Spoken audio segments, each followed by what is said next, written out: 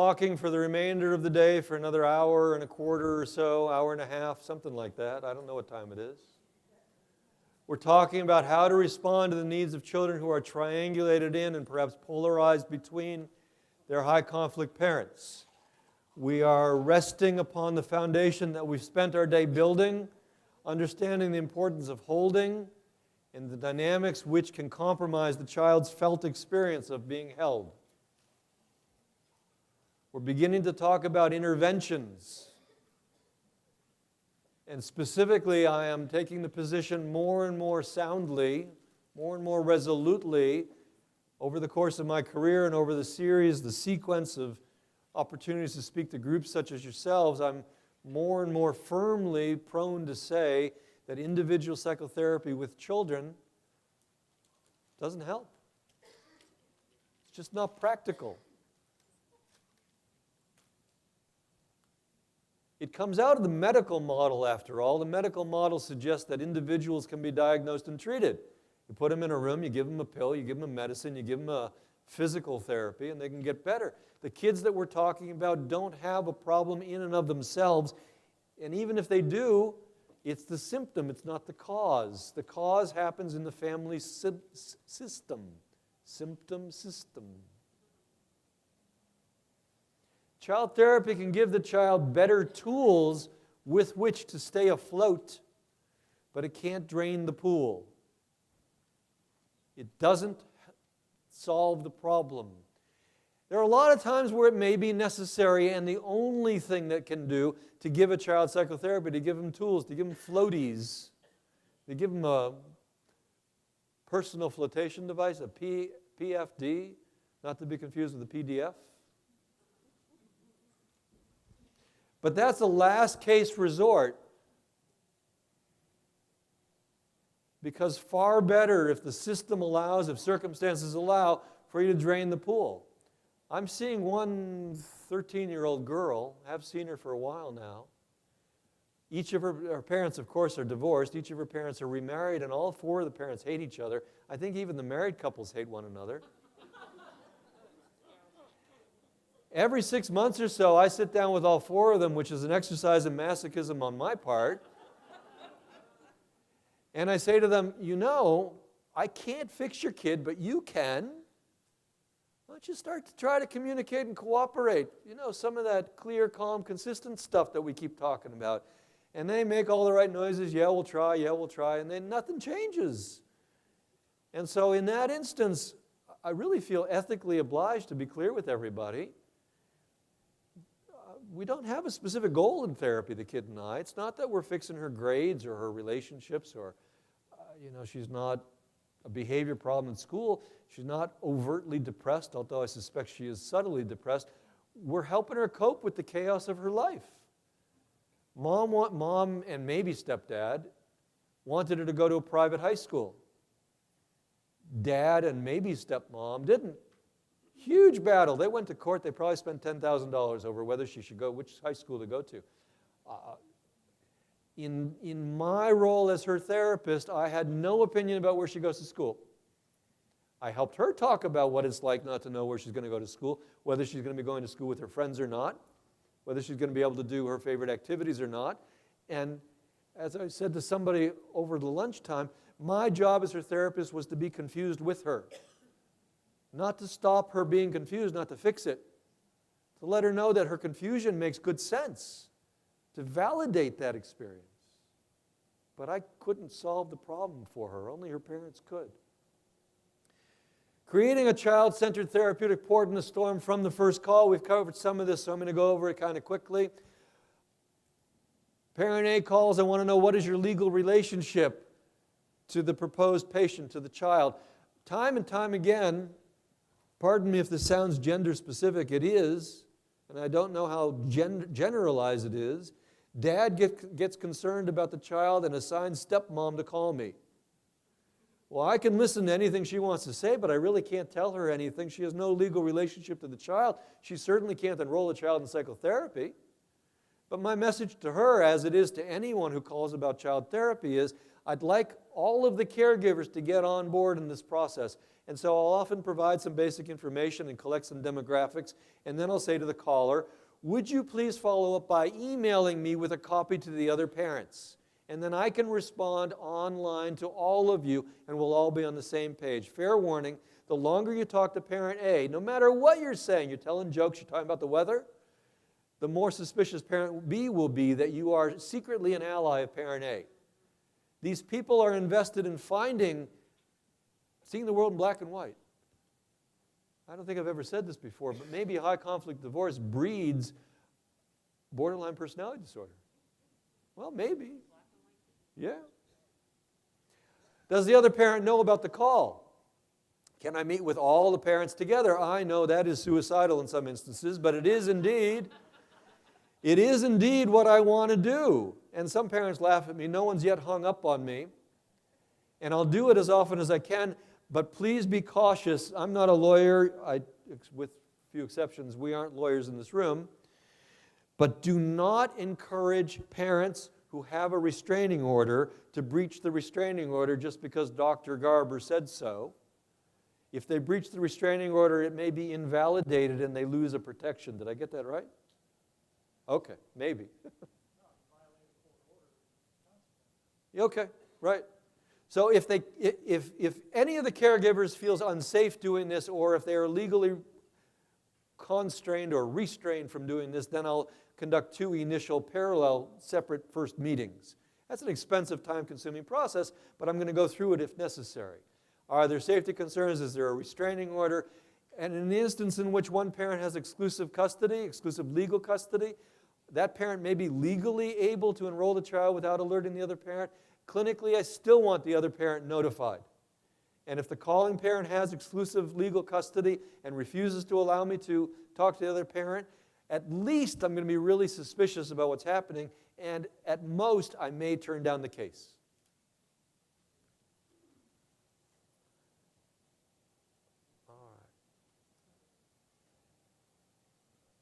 I spend a lot of unreimbursed time up front, after the first phone call, before the first meeting, getting it right. When I do a custody evaluation, I spend probably 2 hours mailing out an 1.5-inch thick packet of paper to each participant, and then I get it back and I do bill for reviewing the material. But I want as much information as I can up front. If I'm the child's therapist, I want to make sure that they know exactly what's happening. I have on my website, healthyparent.com, the upfront paperwork. If you're a parent calling to enroll a child in psychotherapy, go to this page, print out this material, fill it out at home, bring it into our first interview. I want to front load these processes. It is always worth that effort. You will avoid questions later, conflict later. You're minimizing your liability in that regard. I want you to be clear, even at the risk of using up too many trees, churning out too much paper, filling too many file cabinets. Get it right, get it documented from the beginning. So I have a service agreement. A service agreement is a contract. It says, here's who I am, here's what I do, here's what I don't do, here's how we're going to do it. You can steal mine, adapt mine, go to healthyparent.com, find the service agreement for providing psychotherapy to children whose parents are separated, conflicted, or divorced. I have a lengthy service agreement when I do a parenting capacity evaluation, when I do a child-centered family evaluation. I'll get you a copy of those if you'd like. Please, whether you use mine or not, do this yourself. You're protecting yourself and you're helping the kids whom you aim to serve.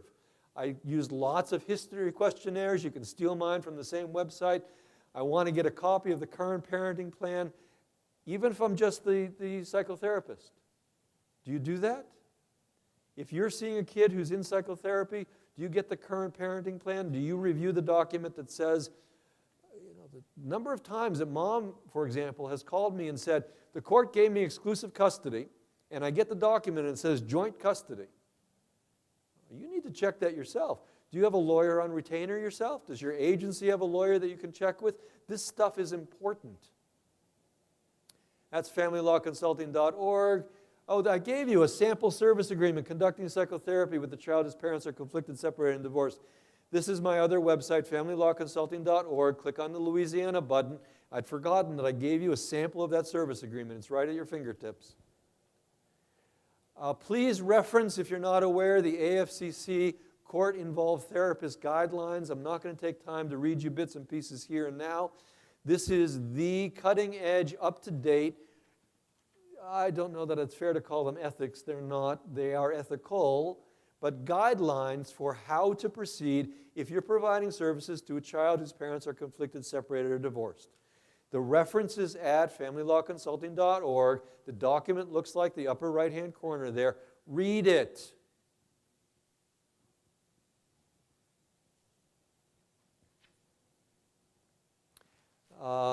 The service agreement spells out the details. What is psychotherapy? Port in the storm, confidentiality. We'll talk about confidentiality in just a moment.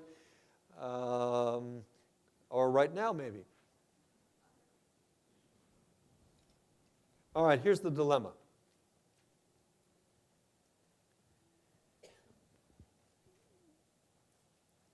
The law enables a child's legal guardians, parents in most instances, to have access to the child's medical records. High conflict disputing, litigating, separated, divorcing parents have ulterior motives getting into your files. They are not necessarily seeking to understand their child's needs more. They are more often than not seeking to fuel their litigation.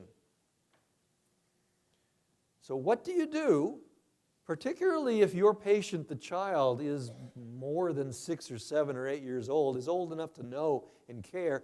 What do you do to protect the child's, not confidentiality so much as sense of boundedness, feeling of being held in therapy, sense that this is genuinely a port in the storm? What do you do when mom and dad come knocking looking for a copy of the file? Now, time permitting, that would be a great conversation to have. Please take it to the people with whom you consult. Please take it to the lawyers who you have on retainer, because you must. But I'm pleased to tell you that in 2003-ish, well, who's the legal client? Oh, okay, so rewind a second. I'm sorry, I'm getting tired. I'll tell you what I'm pleased about in 2003 in just a second. As the child's therapist, I want you to be able to answer these questions. Who is the legal client? And it's my understanding of the law that if the child is your patient, the legal client is the child's guardians. If the court has ordered the child into therapy, despite the fact that the child has legal guardians, the court may be your legal client, which poses some sticky wickets, because if that interpretation is correct, then the parents may not be able to release you to get records from other people. The court may have to. And the parents may not be able to give you permission to terminate the therapy. The court may have to. I am not telling you that those things are absolutely true for you in this jurisdiction, but please be wary of who is the legal client in these things. As distinct from the clinical client being the person who's receiving services, that's the kid. But the kid doesn't hold the privilege. Can I use that word in this context? Do you know what it means? Okay. The child doesn't hold the privilege. And in some instances, I'm telling you that the parents may not hold the privilege. Foster kids, kids who have been taken into the care of the state, who holds the privilege there?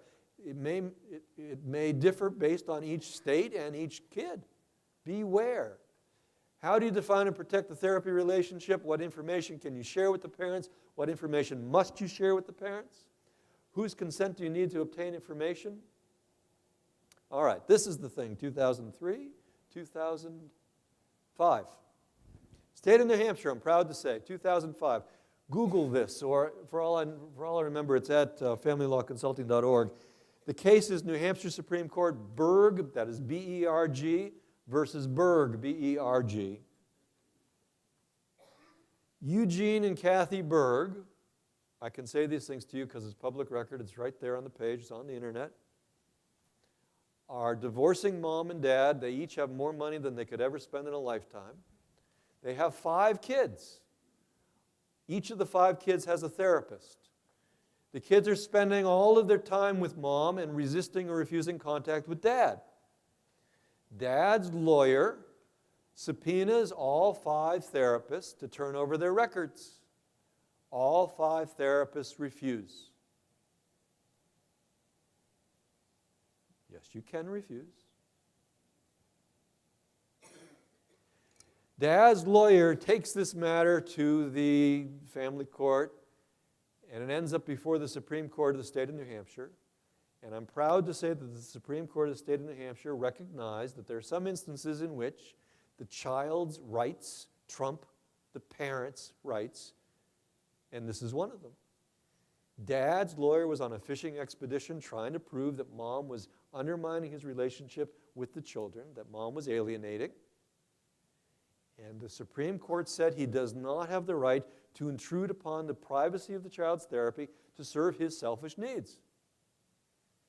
So as a practitioner licensed in the state of New Hampshire, there are grounds under which I can legally refuse to turn over a record. It is not my understanding that you have those privileges or rights here. You should, in my humble opinion. Please be cautious in these circumstances. You want to protect yourself, but you also have to protect your child patient. Yeah, okay. When does the child therapy end? Well, we've already talked about this. If the parents share legal decision-making authority and either says end, then I want you to end it. But if that happens, I don't want you to just disappear from the child's life because you might be his only anchor, his only source of emotional fuel. So I want you at least to write a letter to both parents, not to both lawyers.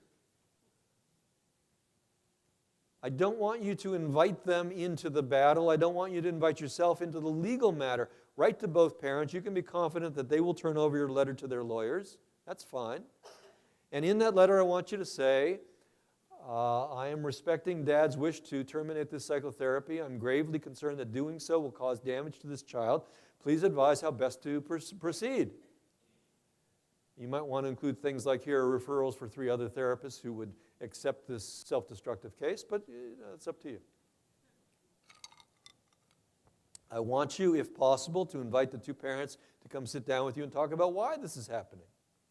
I want you to take reasonable steps and document the hell out of it to show that you are responding to the child's needs regardless of the parents' efforts to intrude on them. Permission for final graduation meeting. Okay, they insist that the therapy is going to end. Mom and Dad, could I have your permission to have one last meeting with the child, at which time I'm going to give him a diploma that I'm going to print out on my computer that says that Billy has graduated from Dr. Garber's School of Feelings and Behavior so that we can say thank you and goodbye. Kids are used to graduating, moving on to other things, and you can do that with a child therapy patient. You can say, hey, good job, you finished this, rather than just abruptly ending your relationship with that child. Most of yours just fall off anyway, like they just disappear for me. And then, a year or 2 later they come back, we should have kept them with you the whole time, kind of thing, they're still struggling. Yeah, you all hear the question, how do these therapy cases end? Maybe a quarter of mine disappear.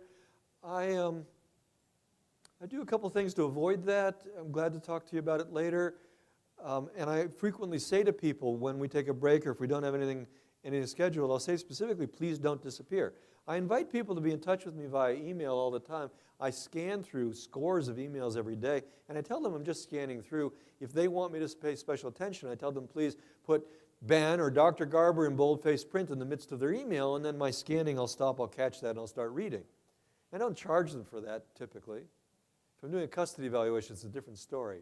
But remember, the most important element of any psychotherapy is the quality of your relationship with the patient. And in this instance, the quality of your relationship or rapport with the parents, the fact that you're communicating that you are genuinely impartial, like that 13-year-old girl who has those 4 parents who all hate one another.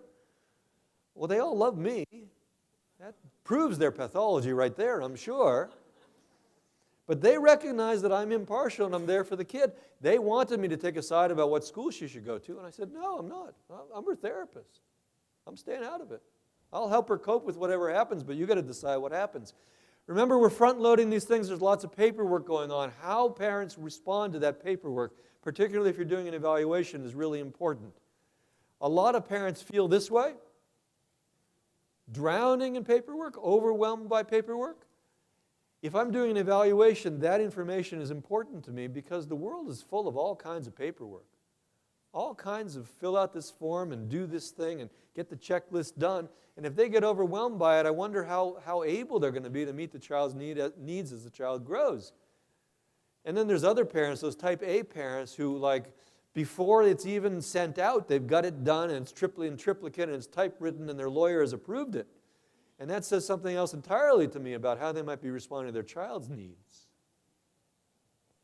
I guess in highlighting these last two slides to you, I want to make sure that you understand in all of this work, there is always at least two things going on. It's easy to recognize the content of what's going on. For example, what they put in the paperwork. But the key to so much of this is the process of how it happens. Not just what they put in the paperwork, but how they finished the paperwork and how they delivered it to you. Not just what they say in the meeting, but when they arrive in the meeting and where they sit in the meeting and how they engage the other parent. And so earlier, the POOP thing, the process-oriented observational protocol, focuses you in doing a custody evaluation on the process of how everybody engages in it above and beyond the content of what they say and do in it. I think that's really cool. I'm hoping that it catches on and we all can do that work. Child therapy. Does the child blame him or her? This is the content of the therapy. This is, as in the illustration, the child is a victim of the conflict in the family, and you as the child therapist are with the child. You're really good at scratching your head and playing dumb and asking, what does that mean and what's that like? You're really good at being confused with the child or angry with the child. Not the way I've said it. You know, sharing the experience of anger, not being angry at the child, sad and mad, and recognizing the child's grieving. And it's really hard not to know where you're waking up or who's picking you up after school. And I wonder how you cope with that. Here's a trick if you're a child therapist. There are a lot of good tricks like this. Billy, you know, you're really an expert at what it's like to live in two homes, for your parents to be apart like this. You know, I'm a therapist, and I talk to a lot of kids, and a lot of them have situations like yours. Could you help me help them? Let's make a book together or a movie together, or tell me what it's like so that I could better help them. When the focus is off of them, they feel like it's a mastery experience. They become really verbal and really proud. Yeah, I can. I can tell other kids what it's like to not be able to celebrate Christmas with your mom. And of course, I'm not sharing this with other kids. I guess I'd like to. But it's a wonderful way of getting this stuff out of kids without feeling like they're the patient or they're the victim so much. Does the child wish for reunion? The answer is yes. And I would suggest that if you yourself, don't tell me, but in your head, grew up in the midst of divorce, that there's still a particle of you that wishes for your mom and dad to be back together. I've hardly ever met a kid who ultimately didn't acknowledge some of that. I don't know why that is. We could speculate. But let's assume, if you're the child's therapist, that there's still a part of the child that is wishing for reunion. How does the child understand the conflict? How is it scripted? Why is it going on? Who caused it? How is the child managing the associated emotions? That's your job, to give the child skills. Here's one of my favorite tricks. Empty milk jug. Key adjective there is empty. Empty milk jug. Lid snaps on or screws on. You know, big plastic thing I'm talking about? These are marvels of engineering. Put it in the corner. This is for feelings now. You get mad, get the milk jug. I'm so mad! It's in here. Look, I'll prove it to you. Listen. I'm so mad. Did you hear it? Yes, you did. Yeah. You're going to throw it out or recycle it anyway. You can slam it on the floor. You can jump on it. You can crush it. You can squeeze it in your hands. It's a great place to put your feelings. No harm done. You're going to throw the darn thing away anyway. Empty, though. Doesn't work full. The predictable, calm, child-centered relationship of therapy may be the most powerful part of the therapy. We've said you're the anchor, you're that port in the storm, you're the refueling tank. The child may have none other. You know this, but so many people don't. You have to enter the child's world. You can't ask them to come into yours. So many of the parents that I see do. So many parents that I see expect the child to ask dad about how was your day at work when it really ought to be the parent asking the child about his day at school. So many of the parents that I see are concerned with, does the child know that my favorite football team won or lost this weekend, when they really ought to be concerned with the football team at the high school, and did the child play this game? The good news is that kids advertise. You as therapist, you as evaluator, you can get in their world really quickly. First of all, when you front load the thing, you're going to ask the parents all about what the child is into, and then you're going to educate yourself. So if they're into Pokemon, you're going to know Pikachu is different than Psyduck. And he is.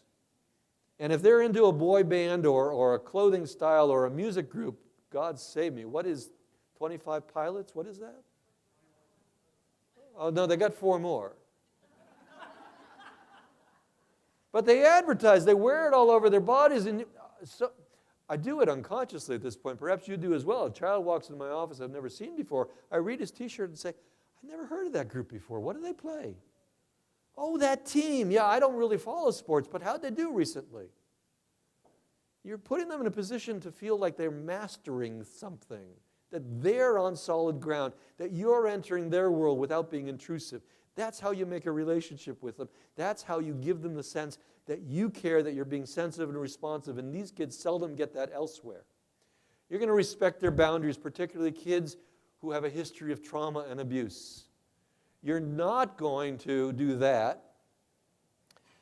Keeping in mind that face-to-face interactions, may I get close to you, please? This is threatening. This induces fight or flight. This is why parents should drive with their kids, turn off the video screen, unplug the earbuds. Sitting side by side is the best way to communicate with most teenagers. And at that, sitting side by side over a shared activity that doesn't consume all of your few brain cells is the bestest way of doing that. So we play checkers, we draw pictures. It's not because I'm going to interpret the picture or learn better in my checker game. It's because we're distracted by this thing and we can talk casually together about what's important. You know about close talkers? Watch out for boundaries. I'm a close talker. A what? How long are you folks in town? Oh.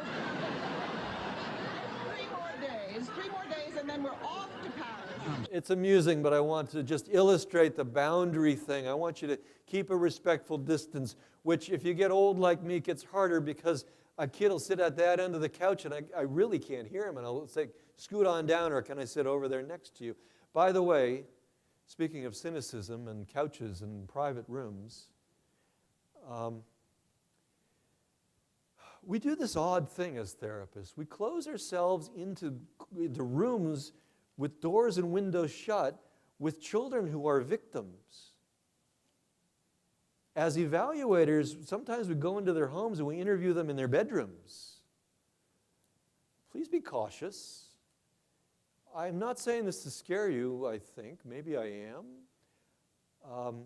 A colleague of mine, a respected 30-year PhD clinician, was doing psychotherapy with a pre-adolescent boy. And the boy told his father that the clinician touched his genitals. And he's in prison now. I'm not exaggerating. He was convicted for 6 years on felonious sexual conduct. He lost his license. I'm sure he's lost every penny he ever had. It's a horrible, terrible thing. I am careful now not to lock the door on my therapy office. And I have a sign on my office door where it adjoins the waiting room that says, the door is closed for the sake of privacy, but if you have any concern, come on in. And I got to that point because I considered, should I put a window in the wall? Should we have a video monitor? Should I not close the door? And the best compromise was the simple sign. But please be aware. We live in a very litigious world, and it's dangerous out there. That face-to-face interaction not only invites fight or flight, but it invites scripted responses. When you get anxious in a fight or flight circumstance, you fall back on scripted things, on pre-arranged things. If dad told you to say something, if mom told you to say something, this is the circumstance in which you're most likely to say it. Instead of going like this, face-to-face, and demanding, well, you're not demanding, but so what's happening with your family is different than kind of going around. Going through the window instead of the front door is the way this image is supposed to communicate it. Getting at the child's sensory experiences, getting at the child's emotions, getting at the child's physical experiences. Face-to-face verbal approaches are like knocking on a barricaded door. Talk about what the child has felt. I'll make that make more sense in just a minute. I swear to you that some of my best conversations with teenagers happen side by side on the couch texting one another. And they go way quicker than I do, but they won't talk. They will text. I don't have an animal in my office for lots of personal reasons. I know more and more therapists who do. It draws kids out quickly. All right, here's one very practical thing you can take home immediately and do tomorrow. Saturday? Monday. I hope you don't work Saturday. This is called the query grid. The article in which the query grid was published is available to you at familylawconsulting.org. The query grid is the simplest thing ever there was. You can do it with hardly any materials and hardly any skill, and you should be doing with every child you see in psychotherapy. Some of them I do this with them every single time I see them. I do this with kids in custody evaluations. It's just a terrific, basic, easily understood way of understanding the child's experience of each part of his or her environment. Here's how it works.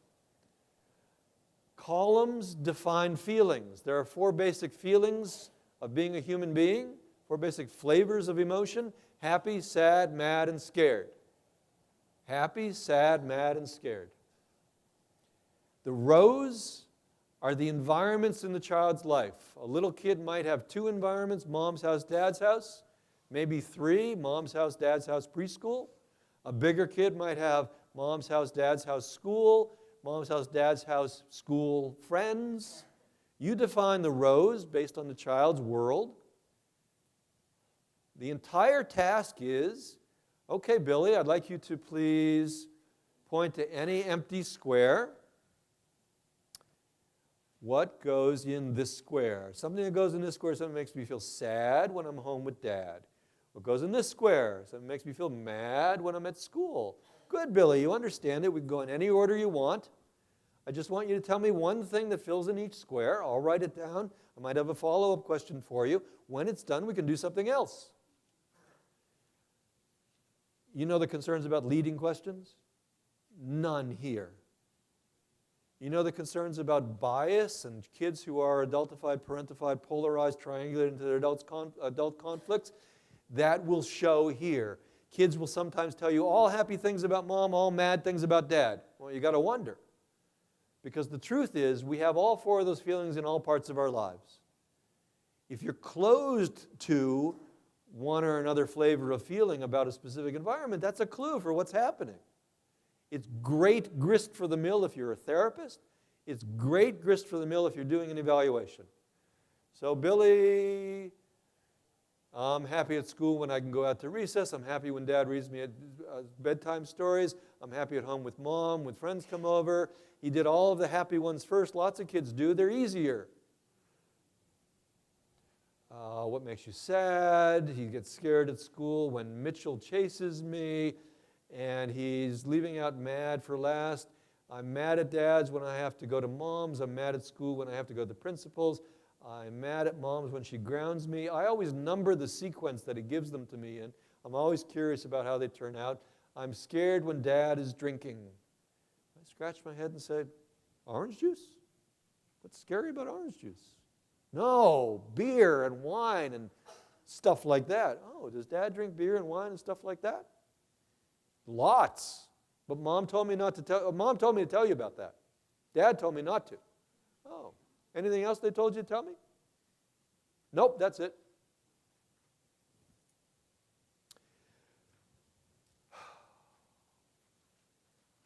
Remember I told you I'm a weird child therapist? I'd rather not see the child.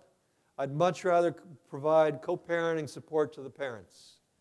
If I can help the co-parents work together to improve communication, cooperation, and consistency so that they each can provide a healthy anchor to the child and give the child the opportunity to make and maintain a healthy relationship with the other parent, I've done my job. I've never met the child, but the child is better for it. That's a success. You see a child in psychotherapy, you're going to spend X number of hours just building rapport. It's way more time and cost efficient. And who are you anyway? Wouldn't it be better to help the parents do this themselves? Co-parenting intervention intends to diminish the chaos and conflict in the best interest of the child. And I often ask the parents who want me to see the child, do you love your son more than you hate your co-parent? Yes. Well, good. Then you'll be able to sit with her so we can talk together, right? No. Well, I thought you loved your son more than you hate your co-parent. Yes. Okay, then we'll meet next Wednesday at 4. Okay, we'll try. Co-parenting interventions are agenda-driven. They're business-like, child-centered, psychoeducational. This isn't psychotherapy. This isn't ooey-gooey feelings. This isn't even validation. This is mutual problem-solving, practicing, and I'm modeling for them the process of communicating and cooperating in a healthy way. There are 3 foci, 3 focuses: improved communication, improved cooperation, improved consistency of parenting practices. A child who goes back and forth between 2 homes in which the rules are very similar or the same need invest no energy in figuring out which home they're in. The rules are the same in both homes. Quite distinct from the culture shock that happens when you wake up on Tuesday, Thursday, and alternate weekends in one home where the rules are this, and on Monday and Wednesday and other weekends in another home where the rules are that. You roll over in the morning, and I don't know what day it is. What are the rules? Who's going to be at breakfast? Is there going to be enough cereal? By the way, you know what happened to Captain Crunch? Oh, a serial murderer got him. It's late. No one you're just catching on? A serial murderer got him. Okay, there we go. No one ever teaches parents how to communicate. There's one thing that they're good at. That's how Billy came to be. No one taught them how to talk. That's your job. So there's lots of times that they scream at each other. There's lots of times that they overwhelm one another with information. And there's lots of times when they withhold information, as if the child's dentist appointment and school records and shoe size are proprietary information that you have no right to. So your job doing co-parenting therapy is to help them learn to communicate, because failed communication sets the stage for the child to become triangulated. The child becomes enlisted as a spy, courier, liaison, or ally. The child becomes adultified and parentified. You know all these words by now. We've been talking about them all day. When you can improve co-parenting communication, you can diminish the likelihood that the child is going to get caught in the middle.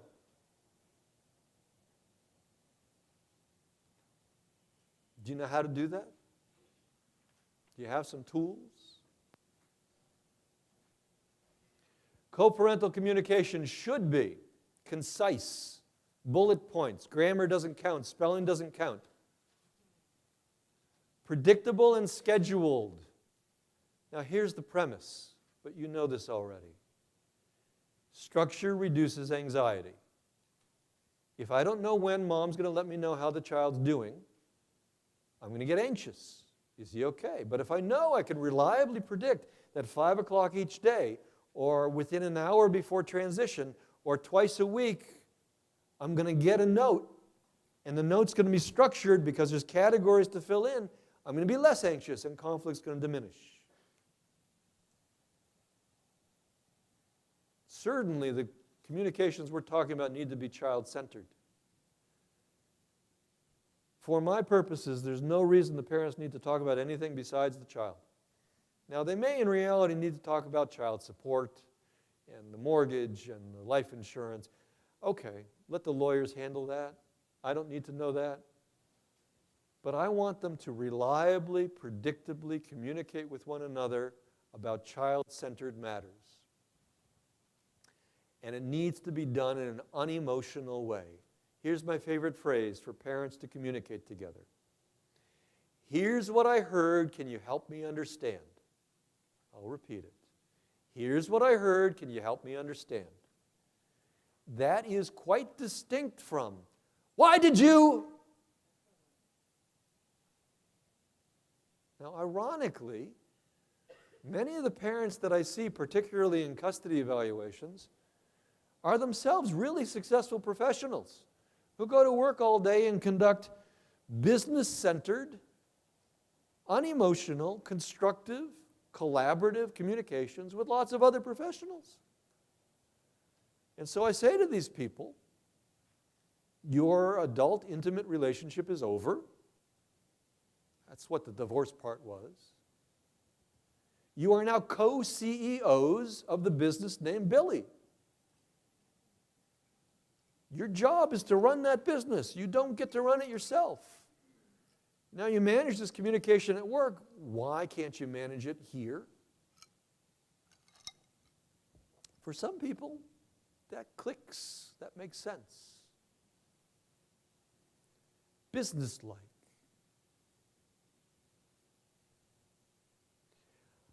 I'm a big fan of OurFamilyWizard.com. Are you all familiar? Excellent. Yeah. Well, OurFamilyWizard.com would love to hear you say that. I think it has its downside. Are any of you not familiar with it? Really? OurFamilyWizard.com, as well as Google Calendars, TalkingParents.com, TwoHouses.com, and CustodyJunction.com. I think they're all in your handout. I'll read them again. OurFamilyWizard.com, Google Calendars, TalkingParents.com, Two Houses, that's the numeral twohouses.com, and CustodyJunction.com are each more or less successful online. I believe they're all encrypted, so they're supposed to be private. I believe, except for Google Calendars, they're all subscriptions, so they cost some money. Means of allowing mom and dad to coordinate things in the child's life without actually having to talk to each other. So at 2 in the morning in your underwear, you can update OurFamilyWizard.com. You can put in the latest expense report. You can update the calendar for when the child has to go to the dentist. You can fill in who the dentist is. You can do all that stuff and communicate. There's an internal to OurFamilyWizard.com email thing, and even that email service within OurFamilyWizard.com has a function that you can enable that when you push send, it makes you wait several minutes so that you can think about what you wanted to send, which is a really good thing. These are high-tech means of encouraging communication, which decreases the likelihood of anxiety, which decreases the likelihood of conflict. With all due respect to George Orwell, 1984, long ago past, although I think we're getting there now, Big Brother is watching communicates the idea that me as a custody evaluator, me as a child therapist, me as a guardian ad litem, you and whatever your role is, if it's appropriate to your role, you're going to ask the parents to copy you on all of their child-centered adult-to-adult communications. Not because you're going to read it all, and certainly not because you're going to respond to it all, but because when they think Big Brother is watching, all of a sudden they get on their best behavior, in theory. I got to tell you that the number of times I've had grown-up professionals who are fully aware that they are copying me on their communication swear and curse and call the other person nasty names, it's astonishing. What am I going to do about it? Depends on my role. What is my role? As the child therapist, I'm going to feel bad for the kid. As the evaluator, I'm going to record it as part of my evaluation.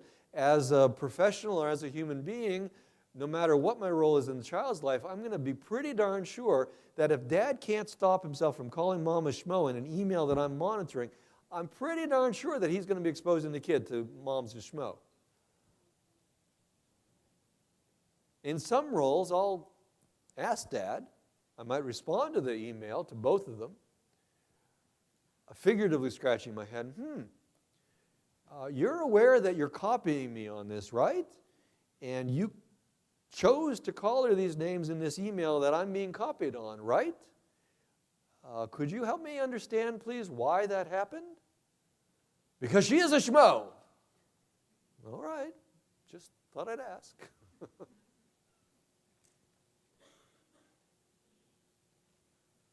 AFCC, at that very long address there, but if you go to afccnet.org, you'll find it, has created a co-parenting communication guidelines book, which is really helpful. It's a workbook that you can download and you can give to the people with whom you work in the interest of helping them learn how to communicate better. The basics of email, for example, how to write an email, when to write an email, what to put in an email. This saves you some time teaching, helps to make more routine across clients what the message is. It helps to assure that you are complying with standards that are being distributed internationally. Communicating about medical care, communicating about school. I'm fond of teaching co-parents that their communications are of three types. Their child-centered communications are of three types. And that their emails about their kids need to be labeled in the header line green, yellow, or red accordingly. A green communication is a routine communication that can wait till the weekly time at which we're each exchanging an email, updating one another about the kid. A green communication might be sleeping through the night, began to eat broccoli, made a new friend at school. There's nothing time sensitive, there's nothing urgent, this is just an FYI. A yellow communication is time sensitive and might be urgent. A yellow communication says the consent form to go on the field trip must be signed and returned by Thursday noon. The dentist needs a call by next Friday. Are we going to agree to pay for orthodontia? That sort of thing. That gets a different priority. And red communications are urgent or emergencies and shouldn't be an email. It's only under red circumstances that you're going to call one another because the kid just broke his arm in the playground and we're now in the ambulance on the way to the hospital. That is not the time to write an email. Structure reduces anxiety. This is a form of structure. This helps people categorize. This kicks in that executive function, prioritizing thing, so that they're no longer just running off at the mouth, here's all the stuff that's happening and I hate you and why did you ever marry me and your mother was wrong when she told me you were a good guy. It's all baloney. Let's give them categories to put that all in. This is one way of doing that. You'll find at familylawconsulting.org this form. When parents choose to communicate on paper in writing, number one, the most important rule is it never goes with the child. The child is not the courier.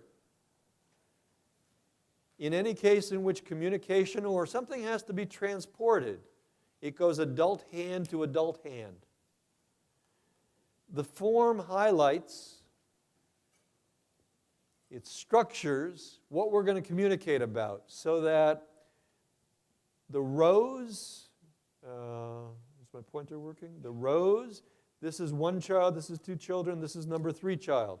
Obviously, if you only have one child, you're only going to be writing in one row. And the rows label the categories that you're going to be updating the other parent in. So the first child is Billy, and I'm going to tell you about his physical health during this most recent period of care.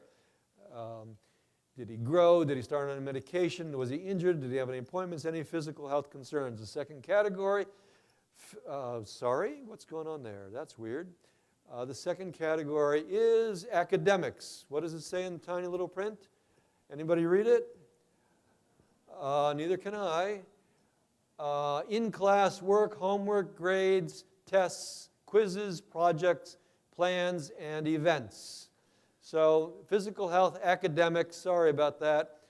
Behavior, compliance with authority, changes in behavior, habits, rituals, rewards, and punishments. Took away his iPad because he was using it after bedtime, restricting his screen time. He earned time at Chuck E. Cheese this weekend. You folks have Chuck E. Cheese? Do you? Really sorry to hear that. Do you have Dave and Buster's? Oh, really? Oh, that's okay. Next category, friends and social. I want to update my co-parent about my child's time with his peers. How's he doing with new friends, with conflicts on the playground, on the bus? Remember, structure decreases anxiety. So what are the times during the school day that children have the most difficulty? The times that are least structured. On the bus ride there, during the prior to school program, the before school program, at lunchtime, at recess, and then after school. They're least structured, they're least supervised, they're most anxious, they're most conflicted. That's when kids get suspended, detentioned, expelled, in trouble. And please do this, no matter the medium, no matter your role, if you're helping co-parents learn to communicate, don't let them only focus on problems. They are too used to problems, and they're too used to blame. Teach them, please, to invest in successes. So the last category on this page says successes, accomplishments, matters of pride. As a therapist, when I greet a child in my waiting room accompanied by one parent, hi, Sally, how are you? Nice to see you. Hi, Mrs. Mom, nice to see you. How are you guys doing? Sally, before we go in my office and do our thing, whatever our thing is, could you tell me something that happened since the last time you were here that you're proud of? Proud means something you worked hard at or did well at. And I really don't care what it is, but I want people to be able to say, this isn't bragging, this is pride. They're different. I want people to be able to say, I worked really hard on that Spanish test this week. I did really well at the soccer game. I approached that teacher even though I was scared.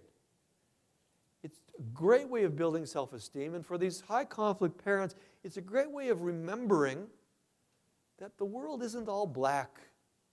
That this kid, we have reason to be proud of. And by the way, he didn't succeed only because of you. He succeeded because of both of you. So I haven't said already, but in case you aren't already in the practice of reminding parents, a child has 46 chromosomes, I think I got that right, 23 of which came from mom, 23 of which came from dad. And that is just as true figuratively of his behavior and his successes. Half of it came from mom, half of it came from dad. The video on the Better Options Initiative website uses a great metaphor that I'm going to steal, and if you haven't seen it yet, go look at it. If you only water half a tree, half the roots will die and the whole thing will die. You have to water both sets of roots. This is true here as well. Folks, we're winding down. We're in the last hour. We're still talking about remedies for kids who are triangulated and polarized. I'm going to give you a little bit more. I think we're going to have some time for some questions, maybe some discussion. Let's finish up and see where we stand. In the interest of responding to a child who is caught up in the midst of all this nonsense between his or her parents, the question comes up as to whether perhaps the adults should be in their own individual psychotherapies. Do any of you provide adult individual psychotherapy? Yeah? Okay. When I do a custody evaluation, when I provide co-parenting services, or when I work as a parenting coordinator, you have these here, we haven't talked about them much. I strongly encourage the adults to have their own psychotherapy. To use one example, the co-parenting therapy that we've just been talking about, where our goal is to discourage emotion and encourage child-centered, proactive, productive, consistent communications. I want them to have a place of their own to let the air out of the balloon.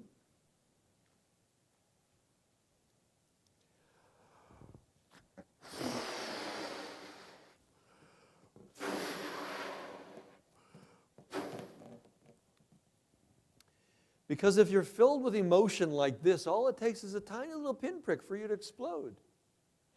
Your psychotherapy serves the purpose of this. Teenagers always laugh at that. And then you're much more malleable. You're much more flexible. You're much more responsive. Individual psychotherapy for the adults involved in this stuff helps them not to explode. They will be more successful in co-parenting interventions, working with a parenting coordinator, even participating in a custody evaluation, certainly in supporting their child's psychotherapy. Don't touch it, it's all slimy. I have New Hampshire germs.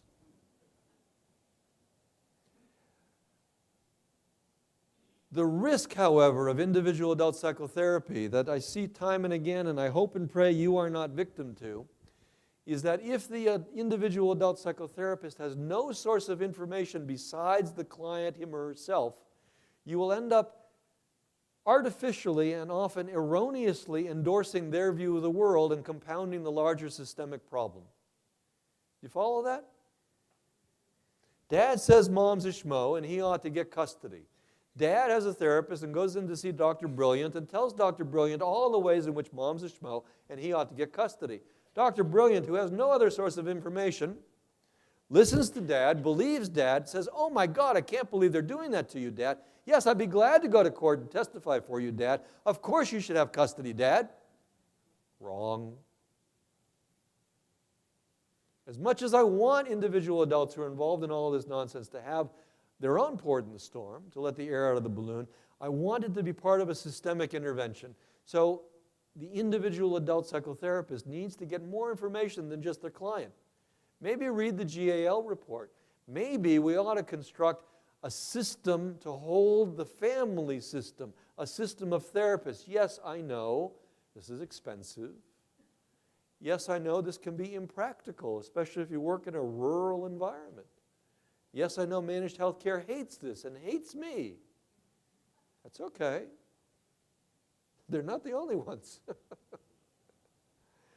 But all I can tell you is what I know and believe is best suited to a child's needs. It is not in a child's best interest for mom to now have a new ally supporting her and dad to have a new ally supporting him in the litigation. What they need is something that grounds them, not fuels them. A therapist only informed by a client risks confirming and exacerbating destructive conformational bias. I want the adult individual psychotherapist to be child-centered and systemically informed. Isn't that an odd thought? You, as the individual adult therapist, should be child-centered and systemically informed. I can't think of it any other way, though. Can you put those two thoughts together in your head at the same time? Individual psychotherapy that's child-centered and systemically informed is the only way to go. It doesn't happen. So the individual adult psychotherapist needs to get permission maybe to talk to the child therapist. Needs to get permission to talk maybe even to the other individual adult therapist. Do you like that idea? I did that. Yes. I got the child's therapist, the other parent's therapist, and spoke to both of them. I was seeing the father. Yep. I'm like, okay, so he's saying this, she's saying this, kid's telling you this, and somewhere in the middle of this is the truth. Be careful because you're not investigating. We're not looking for the truth. But our goal, providing individual adult psychotherapy as well as individual child psychotherapy, is to help the client cope with what's happening, not to take their side and become, what was it in King Arthur's day? If you were jousting, you always had a second, somebody who ran alongside and was ready to pick up the joust and pick up the battle for you if you fell. That's not what we're doing. As individual adult psychotherapists, you're going to be there to help mom and dad vent their emotions and gain perspective on what's happening. It's a fine line, and it's seldom done correctly. You folks can do this, and you can teach your colleagues to do this, because the whole system can go down the toilet if the therapist gets involved over her head, over his head, breaching his role and relevant ethics as well. So here's what I want.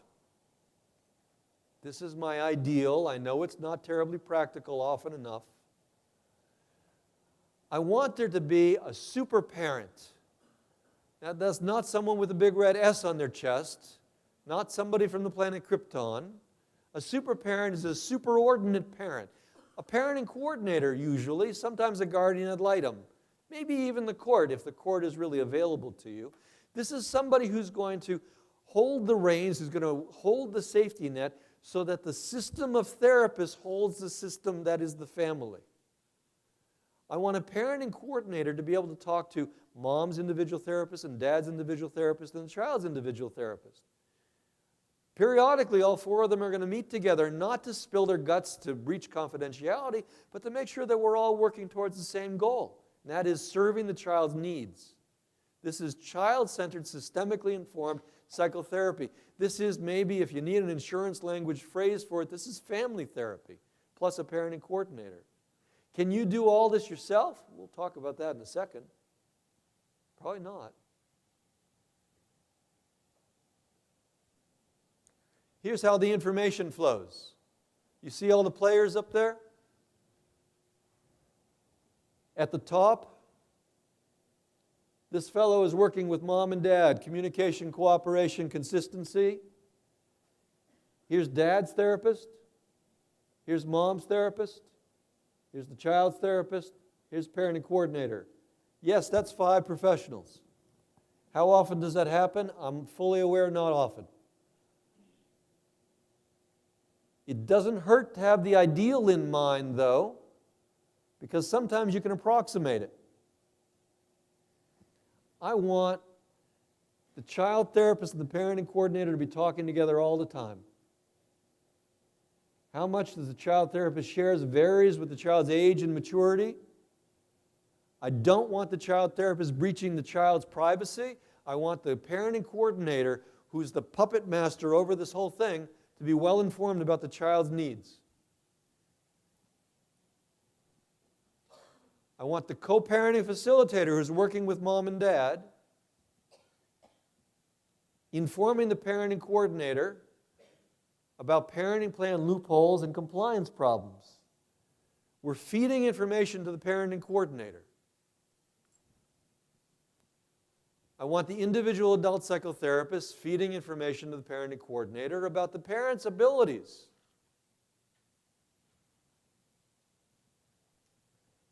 And it's only the parenting coordinator who speaks to the court. Everyone else is separate from the court.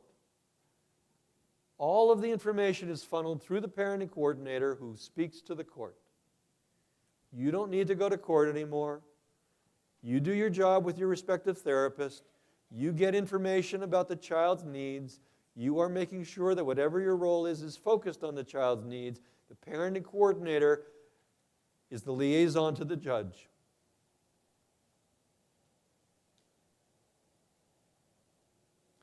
To make this work,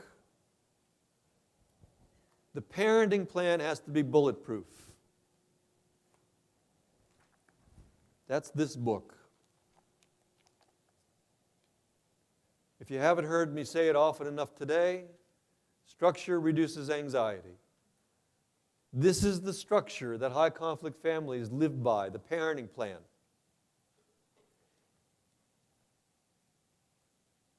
If 2 parents can communicate, can cooperate, then they can create their own parenting plan, and it can be as loosey-goosey as you like.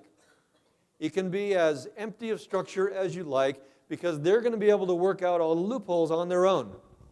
I never meet them. The people that I meet can't communicate, can't cooperate, and if a loophole comes up because Monday is a holiday, but it's an even-numbered day in an odd-numbered year, and Dad's supposed to have the kids, then they're going to end up spending $20,000 and someone's going to go to jail because they're going to get it wrong unless the parenting plan spells it out precisely. I consulted on a case in Chicago in which Monday was a legal holiday, but the kids did have school. And so I don't remember the details, but mom got to school to pick up the kids thinking that it was her day 30 seconds before dad got to school. And the kids had psychotherapy Monday after school. So mom picked up the kids and took them to psychotherapy. Dad got to school, the kids aren't there. Oh my God, she's kidnapped them. Dad calls the psychotherapist. The psychotherapist, I don't know why or how, answers the phone and says, yeah, they're here. Dad calls the police. The police go and arrest mom who's sitting in the psychotherapist's waiting room. It was a loophole in the parenting plan, and these people, you give them a crack and they'll drive a wedge into it. It happens all the time. You got war stories too. So the parenting plan has to be bulletproof. That book I was holding up is about writing a bulletproof parenting plan. I'll give you some quick examples here because we have a couple minutes left. Don't worry, I will let you out the door on time. I know you're getting tired. But you are going to come join me for drinks upstairs after, right? Good. A bulletproof parenting plan defines roles in clear, child-centered terms. For example, we use the phrase parent on duty. The parent on duty is the person who is responsible for the child's well-being regardless of proximity to the child. The number of parenting plans I've seen that say dad will have care of the child until Monday at the start of school, mom will assume care of the child Monday at the end of school, leaving entirely ambiguous who's responsible for the child's care Monday during school is astonishing. Either make the sending parent who sent the kid to school responsible for the child's well-being until the receiving parent accepts the kid at the end of school, or make the receiving parent responsible from the time the child gets to school. But make it clear, structure it. So we talk about the sending parent, and we talk about the receiving parent, and my default heuristic is, in every instance when the child transitions between one home and the other, the sending parent will drive.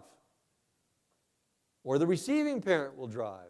But I don't want to create something that says, Wednesdays if it's raining, dad's going to drive. I want to know that the default is that this thing is in stone. If you have the kid and you're relinquishing care and you're turning him over to the other parent, you're the sending parent, you're going to drive. You can always alter that by mutual agreement, but this is the default. This is the structure. The sending parent will drive. Transition will occur in the receiving parent's driveway, not in the doorway, not in the middle of the street. A bulletproof parenting plan establishes structures that hold the parent so that they can better hold the child. A bulletproof parenting plan anticipates development. Oh my goodness. A person could make a living exclusively doing the following: going back to court with parents who are stuck with a parenting plan that was written for when the child was 5, the child is now 12, and we realize that he's no longer being excused from kindergarten at noon every day, but we've been winging it for the last 7 years, and now we really got a problem because we don't know what to do. He doesn't get out of school until 3, and then he goes to swim practice, and then he goes to bar mitzvah practice, and then he goes to the soccer team. The 5-year-old didn't have those hurdles to get over. So rather than burdening our courts with recidivist litigation, going back to court over and over and over again, because lo and behold, the child is growing 1 year to the next, let's write parenting plans that anticipate development. And I gave you one heuristic earlier today. I'll repeat it for you now on the condition that you know that it's not science, it's just a place to start thinking. That is, a child should not be separated from a primary caregiver more consecutive nights than twice his or her age in years. You heard that before. It's just a place to think. I hate RFF. Do you know what it is? I have one prize left. Don't cheat. Don't look ahead. I have one prize left. Right of first refusal. Don't you have that here? Anybody like it? Right of first refusal says, if you're the parent on duty and you are unable to care for the child for a minimum of X number of hours, then you have a responsibility to offer the other parent the opportunity to assume care for that period of time. Oh my goodness. Well, I understand that if the kid is with dad, mom isn't real happy that dad is going on a business trip and leaving the child with stepmom. Mom argues that it's my child. Why should stepmom have the time with the kid? Well, the answer to mom is stability of care, predictability, familiarity. But yes, mom, I understand your gripe there. That is not sufficient reason to invite mom to micromanage dad's care. Dad is supposed to be able to say, I'm only going to be gone 2 hours and 59 minutes because I know if it was 3 hours and 1 minute, then I have to invite you to take over the care. That's ludicrous. I seldom say this so strongly. I must be kind of tired. I'm sure that there are other legal grounds under which right of first refusal serves a good purpose, but I can't think of an instance in which it did. If you are facing an instance in which parents have right of first refusal and your role allows you to speak to it, you might advise that maybe this isn't such a good thing. Dad, Billy told me that you were gone from 5 to 10 o'clock last Thursday evening. If that's true, you breached the court order, you're in contempt, I'm calling my lawyer. I was only gone till 9:30, Mom. And by the way, why are you making Billy spy on me? Forget it. A bulletproof parenting plan requires a clear and timely alternate dispute resolution path. Do your parenting plans tell parents what to do when a dispute arises? Oh, I wish you were all going like this now. What do your parenting plans say about what to do if a dispute arises? Just come back to court? But it's ambiguous. That odd-numbered Monday when there's no school in an even-numbered year isn't included in the parenting plan. A sound parenting plan needs to advise if there's a conflict, this is what you do. So we start with, for example, if you have a conflict, you are responsible to have a constructive communication with each other about the conflict. Here's what I heard, can you help me understand? I thought this was my time with the child. Why is it that he's with you? When that fails, because 9 times out of 10 for these people it will, but we need to make the effort anyway. When that fails, then you are to approach an impartial third party to try to resolve this. That might be the parenting coordinator. It might be your priest, your neighbor, not your child. You've got to tell them that. If that fails, then you can go to actual arbitration. You can hire an impartial third party trained in arbitration to settle it. And if that fails, then you can come back to court. Now, legally, I'm advised that you can't restrict a person's legal right to go to court anytime he or she pleases. But with all due respect to the law, I think we need to teach co-parents who are in high conflict that there are alternates to standing before a judge, particularly when the matter is only about $20 and happens on a Tuesday, and it's going to take 3 months and $10,000 to get there. But that happens all the time. Have you seen that? Now you're all going like this. Yeah, it's ridiculous. How are we doing on time? Oh, good.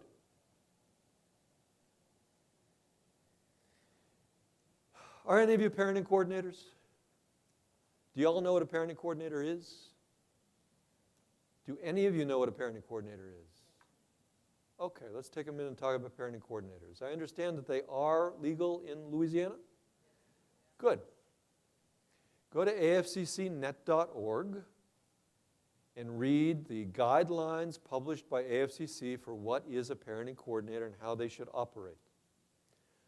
A parenting coordinator is a child-centered professional who operates under court order to mediate and, as necessary, to arbitrate child-centered differences between the co-parents within the parameters of the existing parenting plan. That was a long sentence, but I think I got it right. Did you follow it all? A parenting coordinator is a person hired by the court and respected by the parties to help them settle their differences, to keep them out of court. And that person is not only child-centered, but is much more available and presumably a whole bunch cheaper than lawyers and court time. So as a parenting coordinator, the court will order me, excuse me, that's incorrect. I'm not a party to the case, I can't be ordered. The court will order the parents to work with me as parenting coordinator. And in the parenting plan, it will say, if you have a dispute, if there's a loophole in the parenting plan, you'll first talk to each other. You'll second go to an impartial third party, your neighbor, your priest, whoever it is. And failing that, you're going to go talk to Dr. Garber. Upon receipt of that order, I send out a service agreement. You can get that at healthyparent.com. Above and beyond the court order that spells out what I can do and what I can't do. And I need the parents to sign that and return it to me. Then I conduct an initial interview with each parent separately, typically an hour and a half, perhaps 2, to get some history and background. I want to know who they are. I want to get some sense of who they are. They need some sense of me. I will seldom or never meet the children. And then we're going to have a handful of meetings together, agenda-driven meetings, this isn't psychotherapy, to establish some basics, communication, consistency of parenting practices, that sort of thing. So for a parenting coordinator case, after the order, after the service agreement, I'll spend an hour and a half with each parent, and then we'll have maybe 3 hour-and-a-half cases or meetings together. So what is that, 3? Maybe I've spent 6 hours with them, and then they go away till there's a problem. Because now we have the basis of a relationship together. I know who they are, even if I forget, I've got it in my notes. And they can't decide which summer camp the kid should go to, which sounds totally ridiculous, because the kid could go to both summer camps, but they can't decide, and they've talked to the priest about it, and they call me up. And we sit down and we have a meeting, and I help them through 3 steps. I help them through education. Okay, what are the camps about? Where are they being held? What do they cost? Have they ever been there before? What's the child say about it? Education. Mediation. What if he went to this camp this summer? What if he went to your camp next summer? What if he went to both camps this summer? What if he went to neither camp this summer? Can we find middle ground? And failing that arbitration, I'm empowered by the court to decide Billy's going to go to underwater basket weaving camp this summer. Period. Done. Unless and until the court orders otherwise, they're bound by my decision. It keeps them out of court. I'm sorry? No, the court doesn't pay for this. Yeah, absolutely. And the family complains that I cost too much money, and I'm not cheap, but I'm way cheaper than 3 lawyers and going to court 6 months from now, at which time underwater basket weaving camp is a distant memory. Right. So why is it that you don't use your PCs here in Louisiana?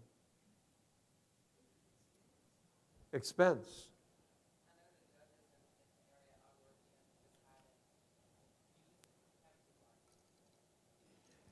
AFCC Louisiana should do a judicial training about PCs.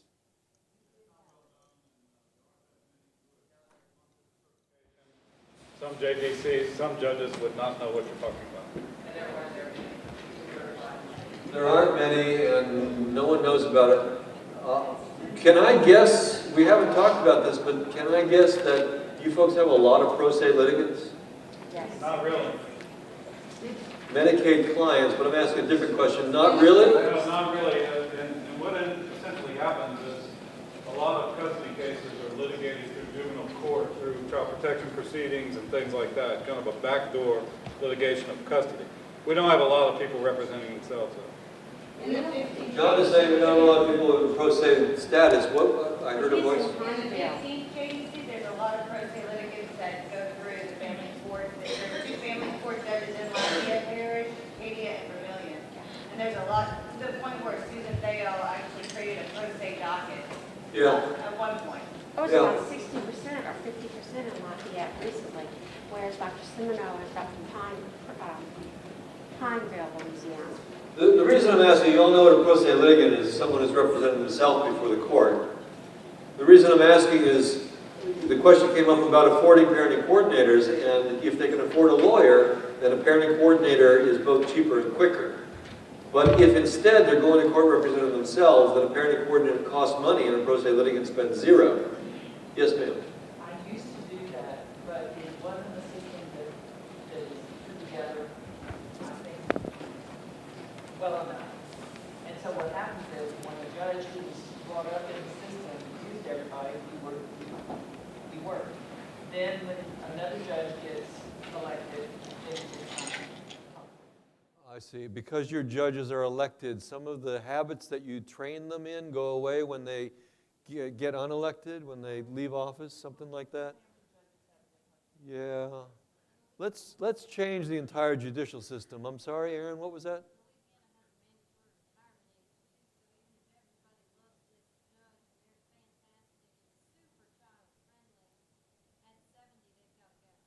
I hear you. Okay, I love your accent. All right, we're all waning here. Let's get done. We're talking about parenting coordinators. We got a little more to go, and then we'll have some conversation, and we'll get you out the door. This is the AFCC guidelines for parenting coordination. Go to afccnet.org, download them, learn about them, get trained. Go to a PC training yourself. Remember, I'm preaching to the choir. You folks are the best qualified around here to learn this stuff, to do this stuff, to help these parents stay out of court, and in doing so, to help their children grow up healthy. The child therapist serves as the port in the storm. The co-parenting intervention improves adult communication. The individual adult psychotherapy helps each parent vent. The super parent is the court or parenting coordinator, assuring that the team works together. It takes a village, and indeed, it takes money and time and skilled professionals to make all this work. Well, can't you do all this yourself? I hope you're going like this. Not only will it kill you, it will burn you out. And if you don't burn out and if you don't die, you will be sued for breaching all kinds of ethics and practice standards. I'm responsible, and I suspect you are also, to have one role, not just at a time, but one role in each family, period, done. Take off your Superman shirt and cape. You can't rescue them. So before I show you these slides, I want to share with you something that I share with many audiences, and some people argue with me, but I really hold to this. I think about this quite often. A mentor of mine said this to me once, and I've held on to it. It's simple. At the end of the day, two things need to be true: that you were competent and that you were paid. It's true. This is our work. You don't do this just out of the goodness of your heart. I hope you do this with goodness in your heart. But nothing else need be true. I'm sorry, you must accept that you can't save them all. But if you can go home in good conscience and answer yes to those two questions, I humbly submit that you're doing a good job. You cannot do it all yourself. This guy here, well, I would trust him to do my drains and my gutters and my sinks and my toilets and my sewers and my septic system. Maybe take care of leaks in the basement. But I'm not going to showers and tubs, but I'm not going to ask him to provide psychotherapy, fix my car, promote legislation, do banking, pilot my airplane. I need other people to do that stuff. The kids whom we're trying to help need people who are specialists too.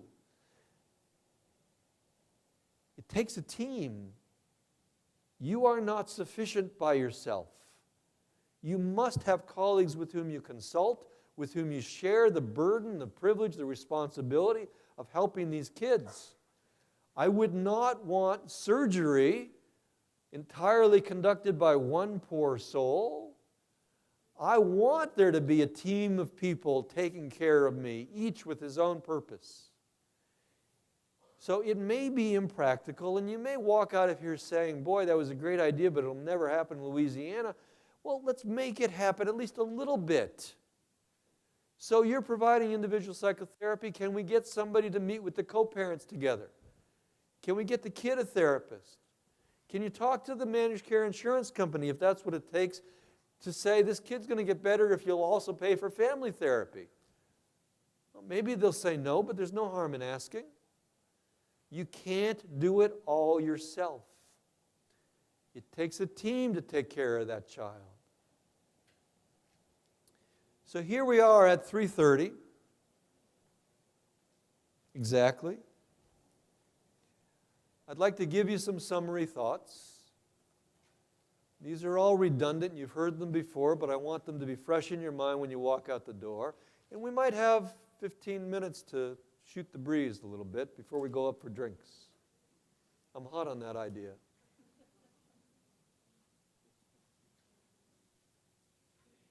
If you've been sleeping all day, wake up now. This is the important part. Number one. Oh, Luke, help me with the numbers. I don't want to miss any. Number one, every child has a right to make and maintain a healthy relationship with all of her caregivers. There are very few things that psychology and the law agree about. This is one of them. I take it as a central tenet.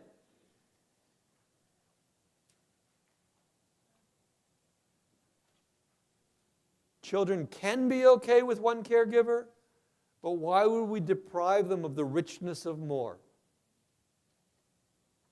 Number two, secure parent-child relationships are the foundation for the child's emerging identity and psychological well-being.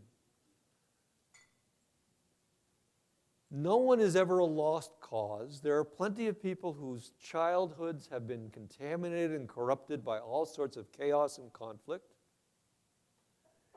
But to the extent that we're able to give children a solid foundation of secure relationships, an anchor, a port in the storm, a refueling station,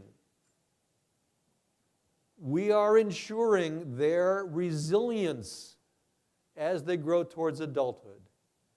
You learn to self-regulate as a child, you carry that skill forward. You don't have that opportunity as a child, maybe you can still learn it as an adult, but it's way harder. By analogy, I used to study linguistics. I like languages. There are feral children, children who are raised in the wilderness. Tarzan is the fictionalized story of one. If you miss the opportunity to learn language prior to, say, 18 to 24 months, if you have no human language input, you can learn language, but it'll never be fluent and smooth. If you get the opportunity early on, and then you're somehow isolated or lose the opportunity to speak, you can bring it back later. You can be okay. Same thing happens with relationships. That's what we're talking about. Number three, caregivers who put their own needs first cause their children harm. These children are triangulated into the adult conflict and may become polarized.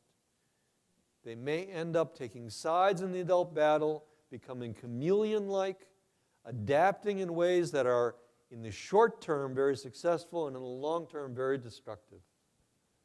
If the words that I'm saying to you now by way of summary do not echo things that you've heard already today, then I failed at my job with you. All of this should be familiar. Number four, destructive dynamics including adultification, parentification, infantilization, and alienation, big words, but we know them all now, are systemic. They are not about individual pathology. Don't diagnose them. Don't call them syndromes. These are problems of relationships.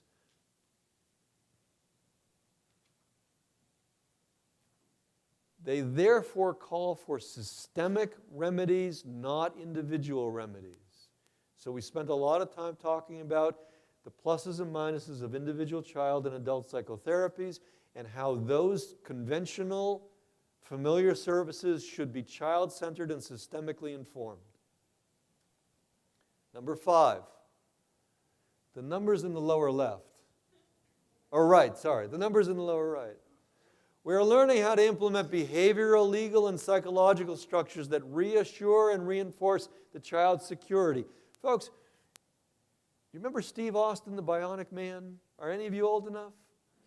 We can do it. We can fix it. We have the technology. What we need is the motivation and the time, and we need to get past waiting for the wheel to squeak before we apply the oil. We need to get in on the ground floor. We need to talk to parents at the point of conception so that they have the information that they need to raise healthy children before we wait for the child to fail high school or become a drug addict. We can reduce the pathology of our society by half, I fully believe, if we could invest in health proactively. This includes conducting coordinated, child-centered, and systemically informed individual child and adult therapies. With apologies to managed health care, what we're talking about really is family therapy. But family therapy doesn't mean that everybody's in the room. Family therapy means that you're systemically informed when you treat the people who are in the room. We've begun to recognize that high-conflict families need a post-decree superparent, a conductor, to pull all the music together, to make the orchestra work, to coordinate services, and to monitor compliance. Number 8, family courts must shift from an adversarial guilt-innocence perspective to become better able to hold families so the families can better hold their children. This is my central thesis here today. This includes learning to write child-centered, developmentally informed, bulletproof parenting plans. At every level of evaluation, intervention, and adjudication, we must be aware that structure diminishes anxiety. We can help keep our kids out of the middle by both practicing and teaching healthy self-care. Get yourself a little yellow kayak, learn to go fishing, or whatever it is, not substances. And finally, the only quote that I always offer, Mother Teresa, I believe this applies to what we do every day. We can do no great things, only small things with great love. Please go to familylawconsulting.org. Check out the Louisiana list of resources. Reach me either via this website or healthyparent.com. This is my invitation to open a dialogue between New Hampshire and Louisiana. Don't disappear. Okay, you got your CEUs, but that's not what this is about. This is about helping kids. Let's learn from each other. This is why I do this work. I come here and I talk a lot, but I learn from you as well. Thank you for that.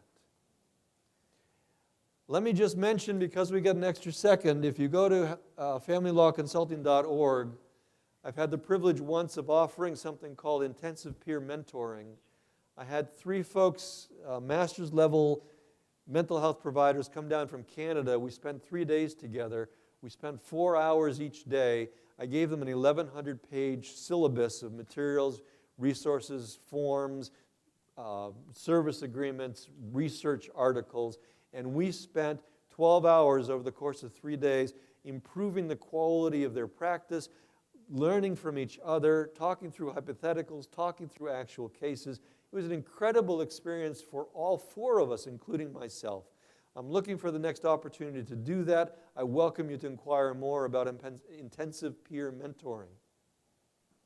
This is the other website, healthyparent.com, and the books that I would have you buy, if they're still available out there. Otherwise, reach me or reach unhookedbooks.com, I believe is the website for the publisher. Thank you all very much. It's been a great day. Come have drinks with us upstairs.